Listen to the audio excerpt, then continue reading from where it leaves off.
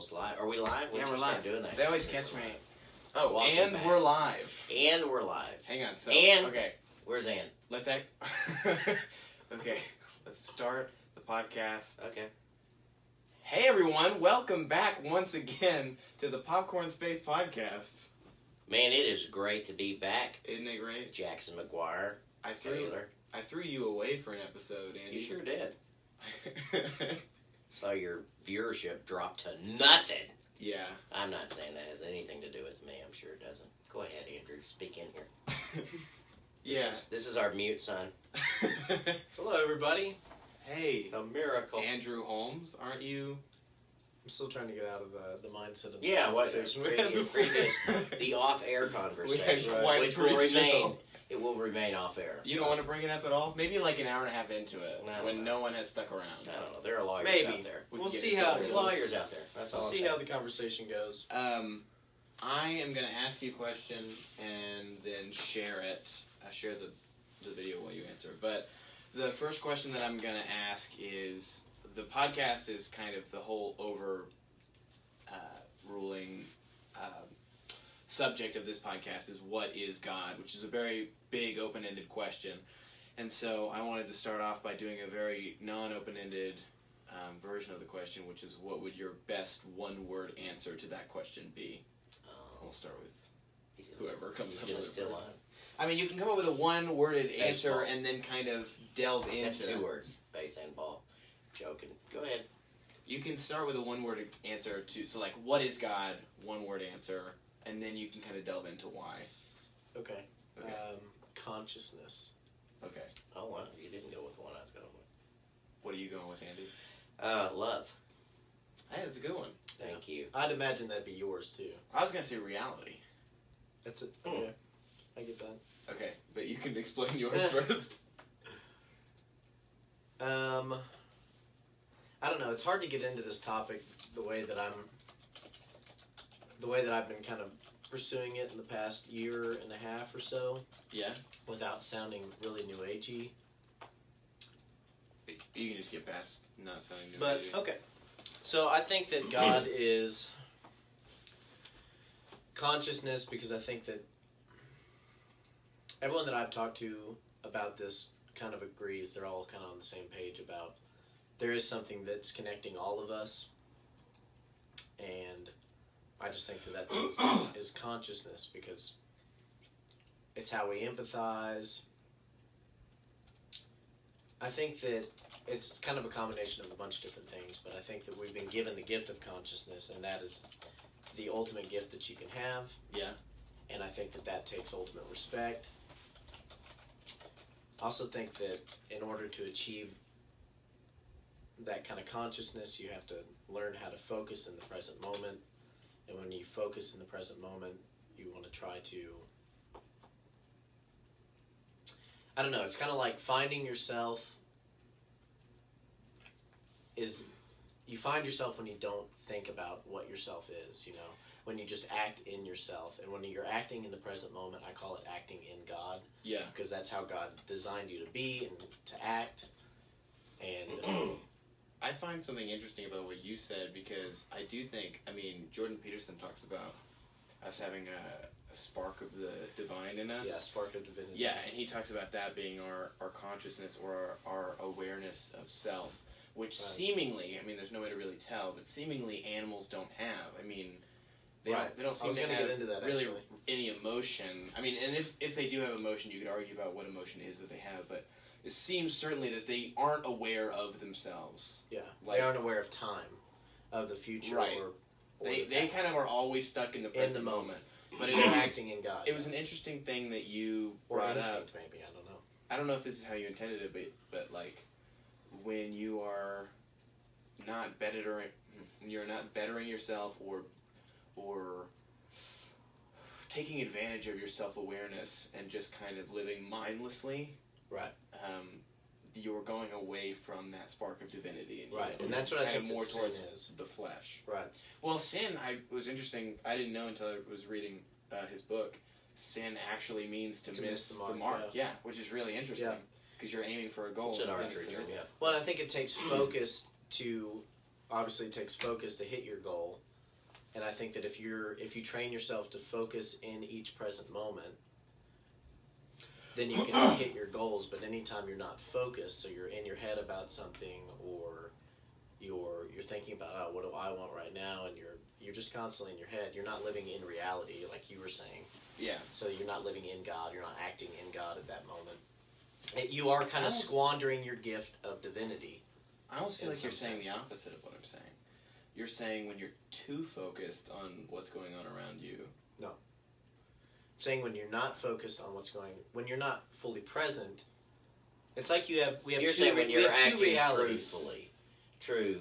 You're No, in the present moment. You're When not, you're in the present moment. You're not just separated by the present moment by self-consciousness on any level. Right, self-consciousness, right. So, Well- like, I think that we live in kind of two realities. We live in the shared reality and then our own personal perception, right?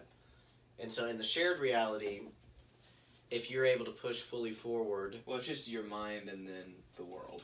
Right. Yeah. If you spend too much time creating stories and living through your perception, you fall further away from the present moment. Mm-hmm. I mean, I think about eras of my life where I was highly self-conscious or highly angry or any number of things that are massive distractions, and those mindsets are hard to break. And it's like the more you dive into those mindsets, the farther you are from reality, because everything that you think or do or see is filtered in through that perception, and you're further away from reality. Mm-hmm. But if you learn to push past all that and live fully in the present moment, you're acting in God. That's my perception on it. I think a basic element of it, the most basic element of it that I would describe, and I don't want to just shit on video games or anything because they're not like the worst thing, but there's a wrong way to do everything, and I certainly think that sometimes when I have in the past played video games or just mindlessly watched television, and you're zoning out and you're just you're no longer self-aware and you're just living in this. It's an escape. Yeah, it's like this nowhere place. It's like Adam and Eve before they knew of the knowledge of good and evil. I'm just back here in this land. So I would disagree with that, but why? because I think that Adam and Eve, before they had the knowledge of good and evil, they were like animals. They were unself-conscious. Right, self-aware. Right. They weren't self-aware. self-aware. Yeah, that's what I'm saying. Yeah, so they were fully present in the moment. So they Right. weren't squandering their gift of divinity. I think that they were It's almost living like they in didn't have the paradise. gift of divinity. Well, I think that they did because they were conscious. They weren't self-conscious. You know what I'm saying? Aren't animals Conscious of self. Right. You're using self-conscious, Right. but you really... Well, but I mean conscious of I mean, self. it does mean that, but because we use self-conscious And I think that so much, conscious of self is associated with the knowledge of time, present, past, and future. I'm dying, mortality, vulnerability, create all that stuff. anxiousness. Fears are about time, really. They're either about... So someone told me that if you're depressed, you're thinking of the past. Mhm. And if you're anxious, you're thinking of the future. And so both of those are time-correlated emotions. And if you were able to... It is pretty crazy. There's been study after study about pushing your focus forward and not entertaining the thoughts of anxiety or depression and being fully present in the moment, and all of your anxiety and depression can just dissolve from that. I don't know if that's good, though. Well, there's ultimately. I think it is. I think there's a time to think and there's a time to act. And I Well, think the there's time also to act is a lot more of a percentage of time that you need to I focus certainly on. think worrying can be good sometimes. There are healthy fears that keep you driven. And Right, but not dwelling on those. Well, And not that's what dwell- anxiety or depression is. Yeah, That's I what don't- leads to that. in the last podcast, we had a whole thing where we talked about, I don't believe dwelling is good almost any Yeah. time. I'm a big time dweller. It's bad. Right, I yeah. dwell on things, I hold on to things. But But that always brings me further away from the present moment. I'm not able to enjoy anything. Mhm. I'm not able to ever move forward from an event. right. It's really difficult, but the only thing that I've found that kind of solves that is acting in God, which is saying, you know what, whatever's going to happen is going to happen. I'm going to act to the best of my abilities by pushing forward in this moment. This moment requires all of my energy. I would think Adam and Eve, before they ate of the tree of good and evil, were not capable of love. I don't Why? like that. Because love requires yin. Love requires the other side. It requires the option against it. And they didn't know. They didn't even know about good and evil.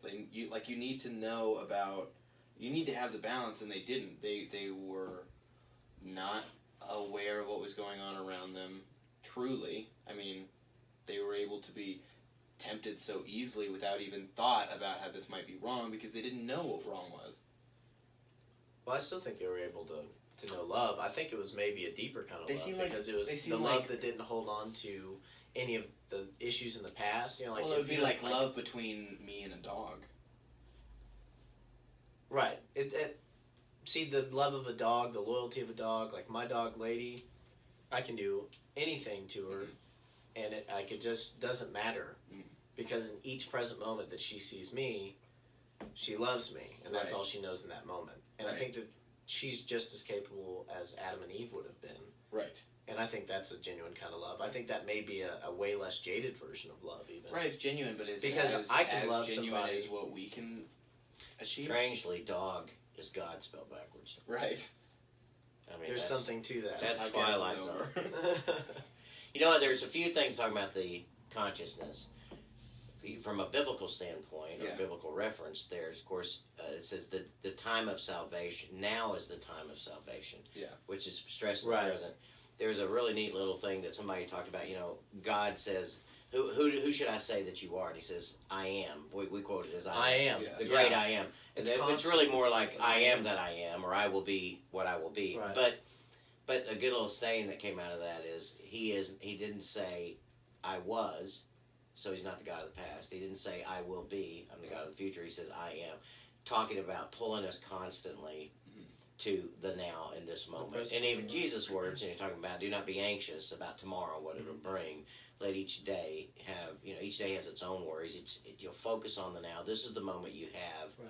And you're right, anxiousness, depression, Yeah. sanity Well, and- ultimately is based on whether I live in this moment. Because even if I had failed all up until this point, like I'm just completed whatever I think is a horrible failure, I have now to change it. Mhm. I can still change it. In that sense, I can redeem Right. that moment or redeem my presence on this earth by operating disconnected. I'm informed by it because it's a part of me, but Right. I'm not bound by it. Right. I think maybe that's your thought with. You're right. I think when we are unaware of ourselves in the, say pre-fall of Adam and Eve, we flow more naturally in as a plant does. We don't resist. Well, when you're unaware, you're vulnerable. Well, what does it mean ultimately? Like if you go to, if this is a truth. Like they were naked. I mean, they were literally naked, which they were like unknowing of it and unknowing if that was wrong or right. Because it wasn't wrong or right.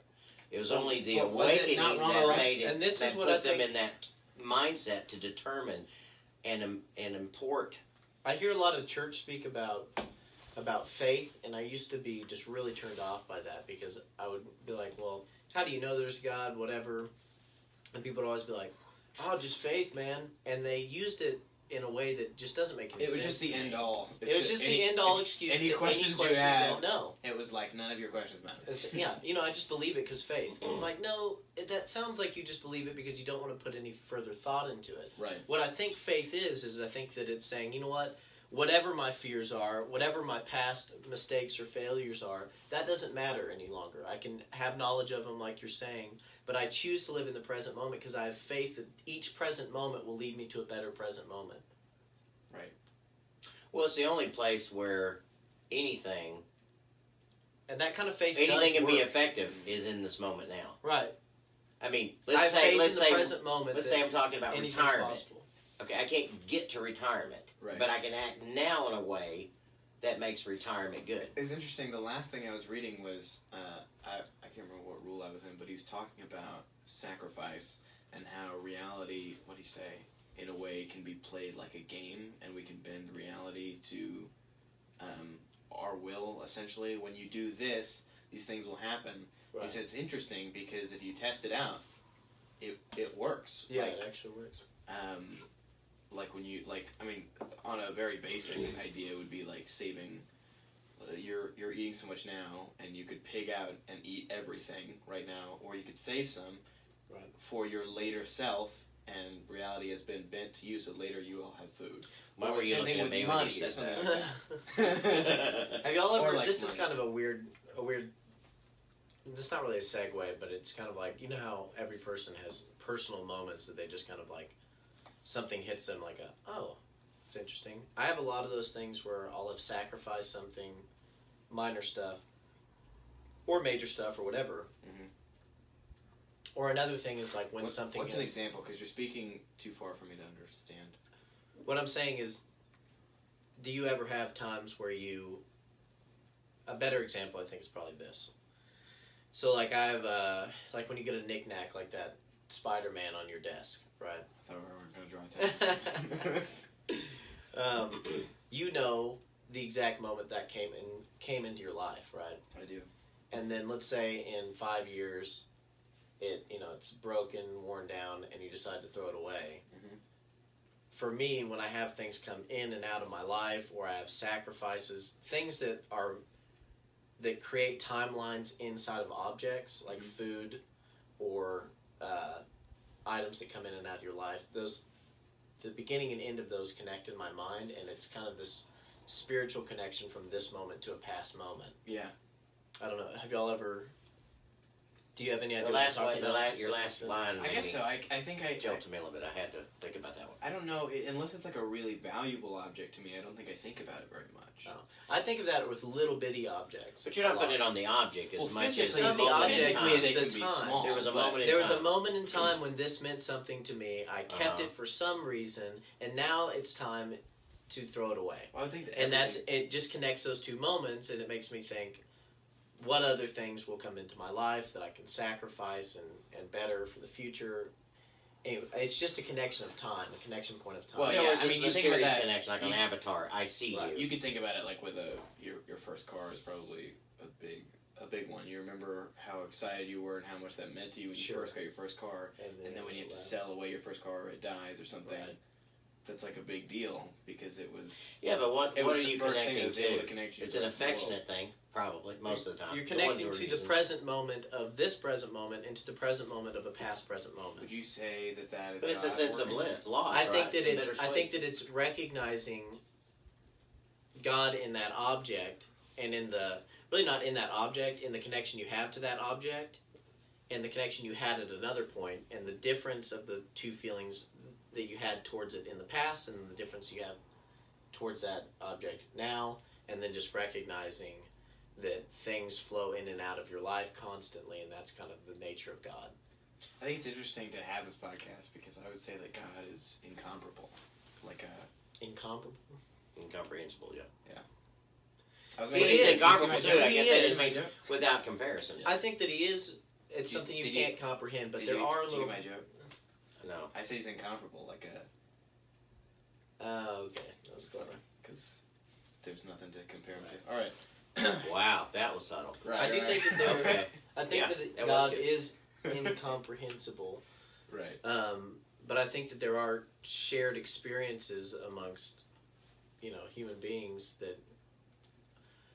that we're capable of realizing, and I can be like, oh, I had this, spiritual connection to a moment where this happened, and you're like, hey, I had the same sort of thing, and so I think that kind of unites us in going, okay, well, that seems like it's truth then. If it was a true thing to me, it was a true thing to you. You experienced it too. That's true for at least 3 people. Yeah, I think it an interesting thing to talk about and to discuss and to think about. I think I already said think about is And we could think about it too. and think about is what is God in? Because I hear a lot of people say that God is in everything, and that's certainly a new agey thing. God's in everything, man. But I don't know that I believe that He's in everything. Because could you say maybe He can be transferred to everything? I guess. I don't think he's in things. I think he is things. Okay, well, Like, I don't think there's a and I don't even know physical if we can call him manifestation of he. God that is Right. put inside of us, but there's certainly a spark of divinity in us. We are created in His image. There's something like Him in us, and I do believe that. Right. Wouldn't you agree Well, with that? in that sense, you're saying if we're fish, God's the water. He's everything. He's our whole world. The Scripture says, "In Him we live and move and breathe and have a very being." I mean, Right, but He's also the fish. He's also in the fish. Right. Well, He's not just around. So yeah, so there's an interesting Right, point because right. for a long time, and this is kind I'm of just saying, like, when making- you say God is in everything, like God's in me and God's in you. Well, what would and he God not be can in? be, huh? What would he not be in? God is me. I'm just God like, is God in that license plate on the wall? Maybe God is in your perception of that license plate. Well, that's what I was thinking as I was explaining it to you, because I was gonna say, Because this is just is a God nothing in that thing, license but plate? it But I was connected like, with you for some it's reason. almost like, you know, I don't know if you did this, but in first grade, I got super freaked out at germs because glitter, which is the herpes of the arts and crafts department, Right. she put glitter on our hands, and then we had to go around and shake people's hands, and we realized that one person would have glitter on their hands, and by the end of the exercise, everyone did. And we're like, oh, germs. But what if that's like what God is like? We have it within us, and I can feel this meaning because that's from Arizona, and I spent Right. a decent part of my childhood in Arizona, and that means something to me that I went to Arizona and got that. Yeah. And so there is a connection to this inanimate object that I can feel. But that's a placeholder, though. It's a placeholder. It's Right, more but of a that's not reminder. Arizona. Right, but I still feel a connection to an inanimate object. Because of what it represents. Well, this room is Well, really a physical representation of everything in your brain, because you wouldn't have put, not everything, but you wouldn't have put any of these things on the wall if they didn't have some sort of significance to you. Right. And so I think that maybe the God connection that you're talking about is that we collect things, like I was saying, with the, like, you know, let's say one day you get married, Well, it's like, what and if... your wife doesn't want any of these posters. You're gonna have to throw all these away, but Yeah. there's a place in your brain where these will always stay, and that's what It's I was like- saying, is that it connects that moment of intimacy with this. It's almost random like a little, object. It's like a little baby version of us playing God, almost, I think, because, like, this is really a thought that I just had just now, so I'm probably totally crapshooting, but, like, you know, God created us, and then he put a spark of divinity in us, and what if, like, on a minor scale, that's what we're doing here? Like, I collect comic books, and they Well, that's mean the something chaos to me, and order. I'm transferring something to these comic books, this meaning from me into these comic Right, books. you give it purpose. Right. You give, and maybe God gives us purpose, and maybe we're just. That's why our bodies. Like, we're are making just, we're just miniaturized bodies. versions of what he already did. But yeah, like He without created our us and consciousness, put part of him and us, and I get these Right. comic books, collecting them. I'm trying to put a part of myself Right. into them. Without you know? without the divine consciousness inside of us, we're just bodies. We're just animals, you know. But what Right. makes us different is that we have Well, I God's think that's what spark, God's meaning put into us. Just I like think what that's you're a talking huge chunk about. of what God is the self-awareness in general. Like, you think about evolution or all of this happening by chance, and it doesn't really make sense for us to be self-aware. You know, there were like little fish in the sea, and then they started getting on land, and then they grew legs, and then they slowly became more like primal, and then like monkeys and apes, and then us.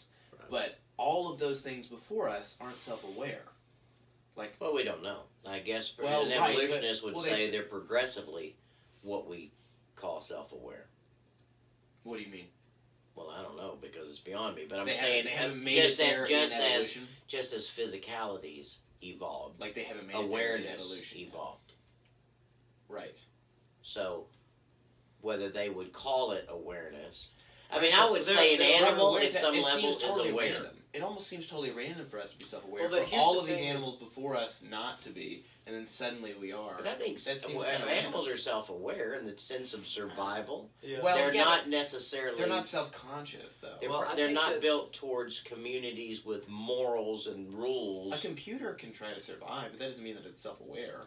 I don't know that. I don't know think that there's I more don't know where animals I'm than at. that I don't know myself. where I'm at with evolution, but I can see that whether we evolved from fish or whatever or not, it still can play into the idea that God slowly placed his divinity in us over that period of time.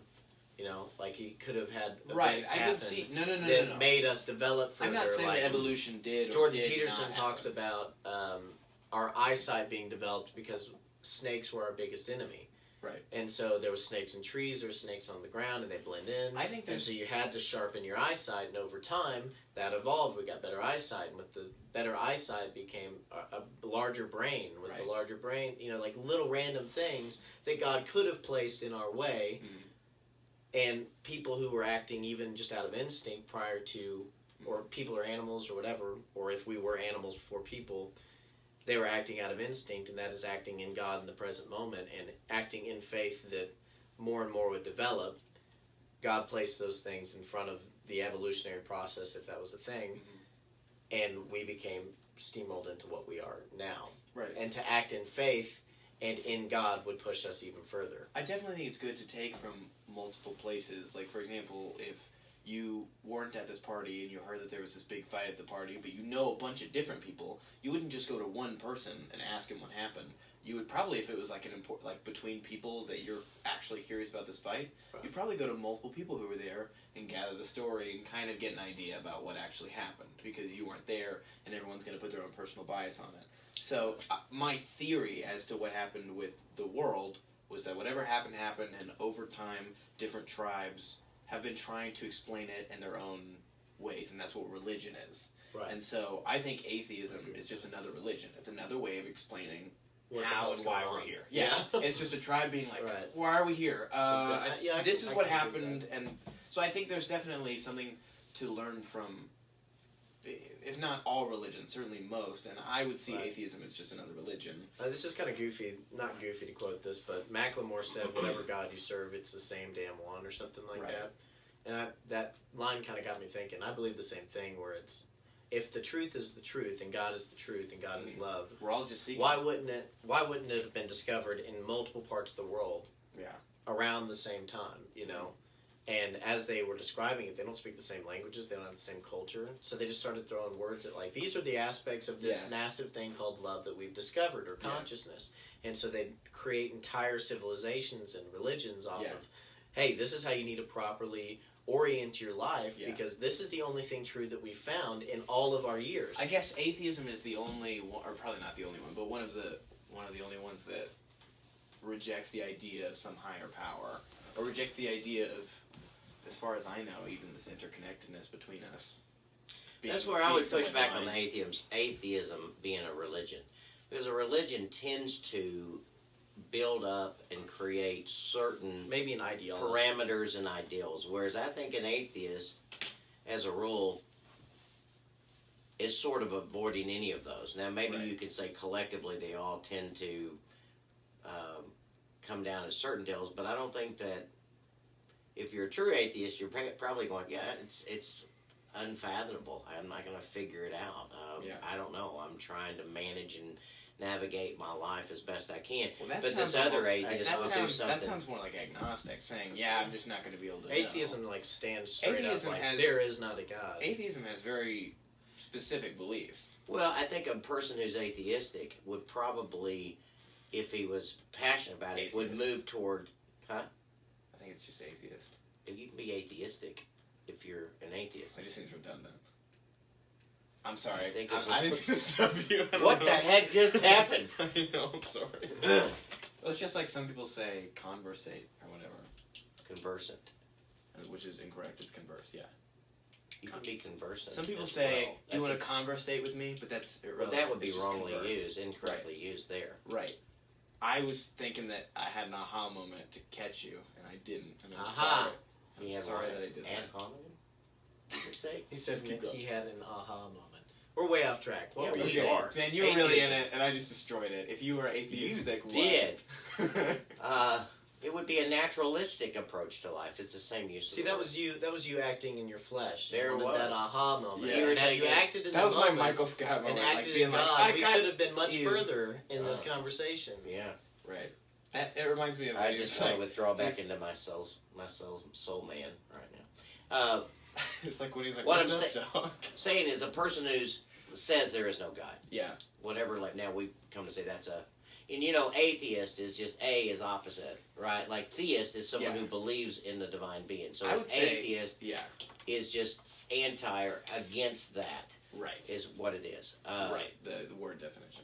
Right. So, but I think that a person that says there is no God, flatly, one, I don't understand that mentality because it presupposes Well, that's quite a big bit of- statement because it's a big thing we to haven't go. even It's defined like what saying God there's is. not a green rock. There's not a bright green rock on the planet. Well, that would seem a really strange statement to make because at what point could you cover every inch simultaneously Well, in it's which also- to reach that conclusion. I would say it's even more bananas than that, because we can at least define, we can agree on what a green rock is. It's something that is, you know, we can define what a rock is and what the color green is. But God is like vaguer than that. Like across the world, we can't even agree on a collective definition of what God is. But like, same with an atheist, not saying that atheism itself is not a religion. It may be splitting hairs to a degree, but I think it's a person who says there is no God will probably try to find some place where they can import a certain structure. Right. Whether that's like an atheist might say, I'm an evolutionist. Not that every evolutionist needs to be an atheist, but Right. they might go, here's what explains that, because it's important to me to explain that, since I've decided this is off the table. Yeah. Have you read? Did you ever read Immortal Diamond? Are you still reading that? I'm reading on it. So have you heard of Immortal Diamond? I've never heard of it. I think you should read it. Richard You'll Rohr. like it. It's Richard Rohr, and it talks about the true self, which, from what I got of it, the true self is basically who God made you to be. Yeah. And if you're able to act in the moment and, you know, not let things. Well, what it describes our actions as we can either act in our false self or our true self. And so, like, this is a goofy example, but the aha moment you just tried to have, right? So that was you acting. You could tell in your brain, like, oh, I could be funny, I could do this, whatever it was. Yeah. I'm going to act on that. You acted in your false self because you wanted the egotistical. I'm not trying to put it on you, but I'm saying we all do it. Yeah, The it was almost more of an animal response. Yeah. The egotistical part of us says, I want to be funny, I want to be smarter than so-and-so, I want to have this moment to prove all those things because the ego needs to prove. Right. The true self doesn't need to prove anything. The true self acts in confidence that he was made special and divine. Well, the true and self there's no is, comparison. in I the would say the self. true self is the divine. I do too. Right. Yeah, it's your spark of divinity. I mean, it's what makes you special. It's what makes me special. And we go and try to create the things about us that make us special when it's already there. Right. And that's what the ego is what you've decided to say is special about it. Like, I'm going to take this piece of this and this and this and this characteristic that I like. And that's who Andrew Holmes is right over here. Right. He's this, you know, cool, mysterious guy that does music and, like, he has deep lyrics and thinks about God all the time and the deepest topics. I mean, I do think about deep topics and stuff it's almost like like that, a but I'm keychain also that you developed. a You tried goofy to guy. put, like, different little things to define. Yeah, whatever you're just reading Andrew what Holmes was in your bio. Right, yeah. Exactly. You don't have But to you say, know what the funny you don't have thing to say is, such positive things when you were describing not it. in but you were not in the moment Yeah. in your statement. Right. You actually had anxiousness about whatever that directed you to say that in that moment. Yeah. That's why he says acting out of the false self. You had Yeah. something that made it a gotcha. Because in the moment Maybe would an have been... insecurity or something like that says, I Yeah. need to prove this, and so you did. Yeah. And I'm not, again, it feels weird to just Yeah, go it's- off on this Example example with on you. me immediately. No, but we all It could do be this. anything. We all do In this. every way. It just yeah. happened to be me. It just happened to be you in Yeah, just a right. grand way. Right. Inexcusable, really. Yeah, no, well, it's just but something had you I'd been seen listening- done before, and I was trying to Right. imitate that. No, we all have that. But think Because about it. If you you wanted to be backtrack it, that it's guy. not. Yeah. It wasn't in the moment. You were a prisoner to your false self. Right. Mhm. And I So think, what you're saying is, when we don't have, you're saying if we didn't have all that, we would flow in concert oh yeah, or can you symphony with imagine the divine. if everybody acted fully in the present moment and wasn't egotistical? Well, I mean, what's that's really interesting idealistic, about that- obviously, but if we were all to be a nation of believers again, and not Yeah. believers in the sense like dogmatically, Mhm. but if we were all to say, you know, like, I think that in a twisted way, the left is trying to make everyone special, but they're doing it through an egotistical way, right? It's like, It's a if very you me- define yourself as this, yeah, it's all then you about are this, me. and that's egotistical. Mhm. That's not how God made you, or how you were made, if you want to take God out of it. Mhm. However you were created, it is unique. And if you're able to discover that on your own, you don't have to prove it to anybody. Mhm. You don't have to push hard on anybody who disagrees. It doesn't matter.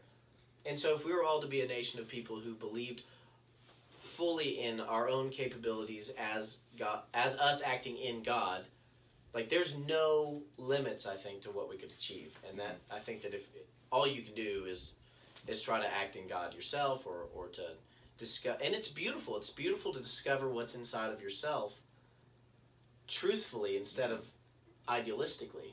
Well, an interesting and easy way to prove the difference between your divine self and then the more kind of animal, less self-conscious part of you is what Jordan Peterson talks about, which is like you're not your own slave. Which is interesting how he brought up. He was talking about you can't just make yourself do something because you're not your own slave. Because all these people make these New Year's resolutions. I'm going to go work out every day, and they start a gym membership. They go twice, and then they never want to go again because there's that other part of you. Even though the divine part of you, it's like this is best for us, and we need to do it.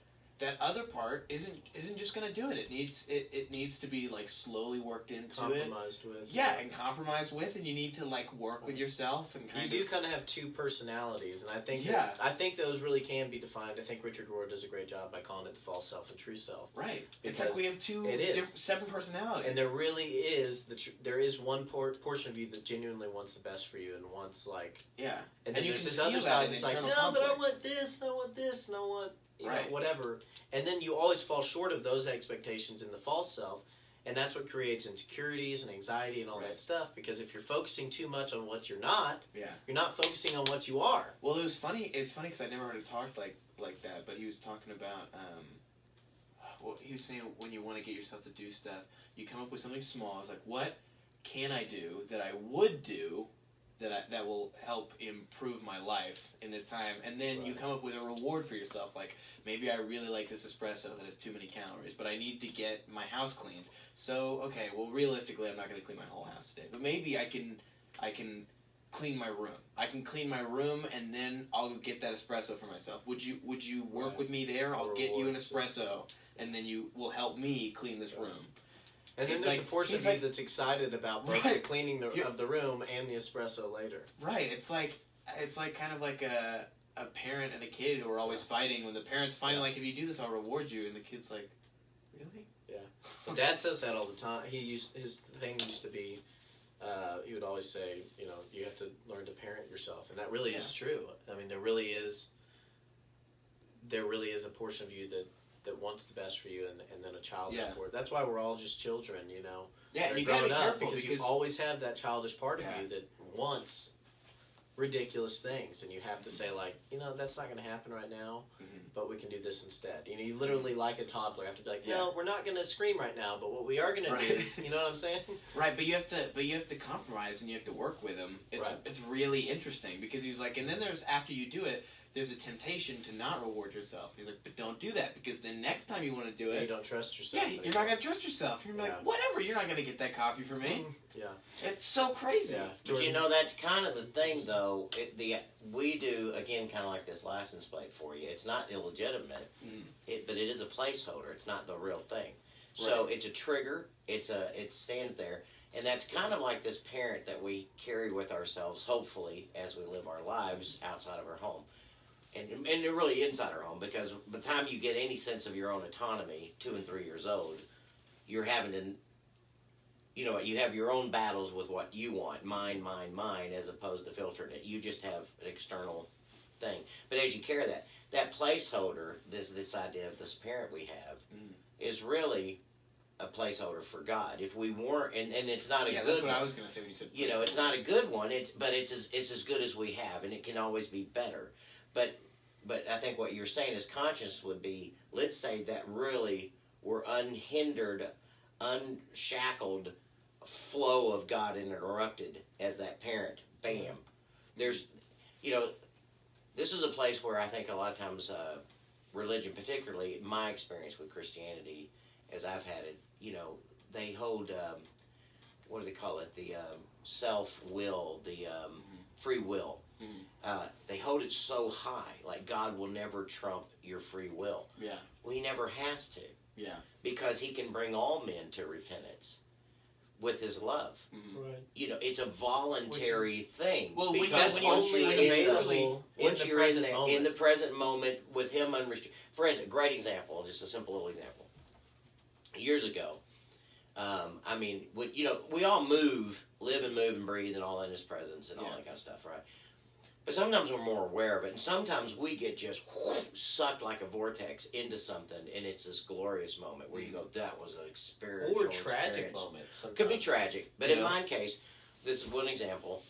I remember a time that early in our marriage, massive. Our marriage, you and I. Let's go ahead and be honest about it. Talk about Oedipus complex. But with Wendy and I, just great tension and just thinking we're going to make it. Leaving the house, and I actually was going on my way to go to a therapy session, and where I was being the one therapied. Is that a word? So.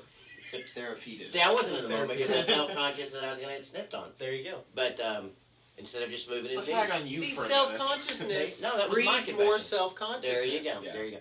But anyway, on the way there to go to a counseling session, I just left from this fight and just thinking, dead of winter, all the leaves had fallen off the trees, and I'd go out of the house, stomp down off the front porch on the way to the car, and literally stop because I'm about to, you get the sense, there's little prickly limbs coming at my eye. So I stop without realizing I'm seeing a tree guide my steps.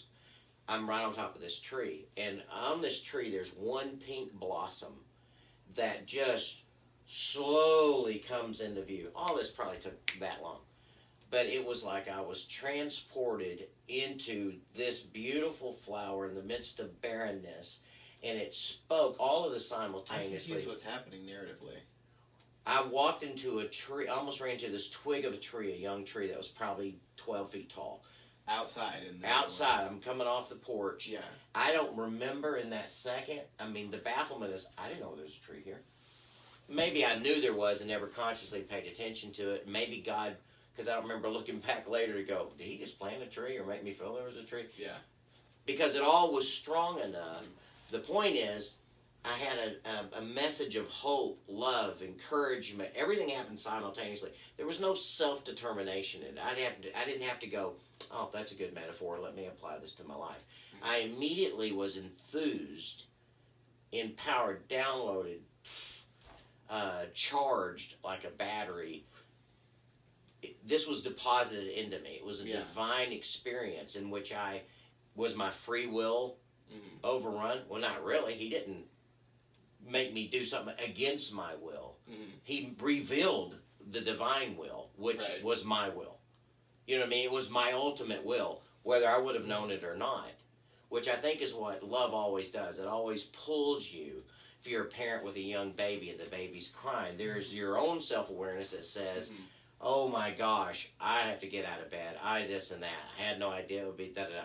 But there's this other part that says, for me to be anything that is good, loving, great, kind, connected. You have to be a participant with I have to. It's in that giving. It's in the seeing of that and not resenting it. Seeing it for what it is, which is the best thing in the world that can happen to me, is that I'm called to do that.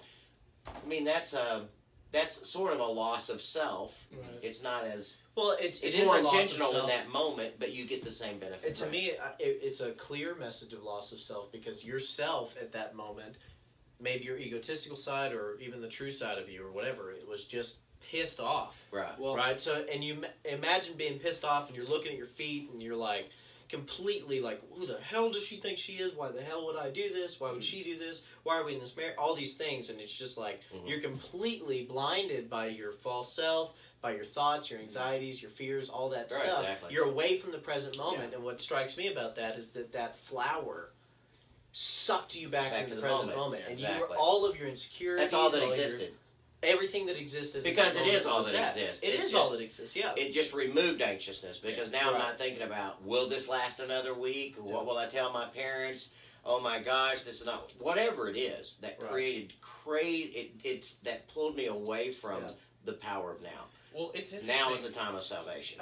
I think what a lot of politics is doing, I would say particularly left, but I can see it on the right too, it's becoming a very, I guess, I would say, we call it the me movement or whatever, but it's more like the false self movement, because it's all about my right not to be offended, or me making sure that I can be myself. But if you're acting in God, you won't. Right, but Jordan Peterson was talking about how funny it is. He was like, my message doesn't seem particularly enticing. I'm saying, grow the hell up. Do something with your life. Hard. And all these people are like, really? We can do that?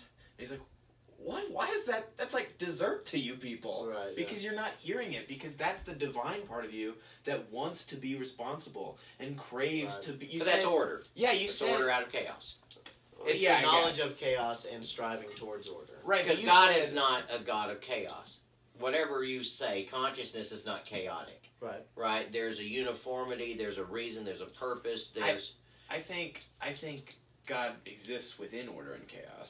I think God can be a balance of both.